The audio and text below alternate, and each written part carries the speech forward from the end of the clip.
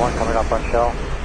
American 2601, Atlanta Tower, multiple reports, gains and losses up to 15 knots on short final. Wind 010 at 24, gust 28, runway 8 left, clear to land. Clear to land, 8 left, American 2601.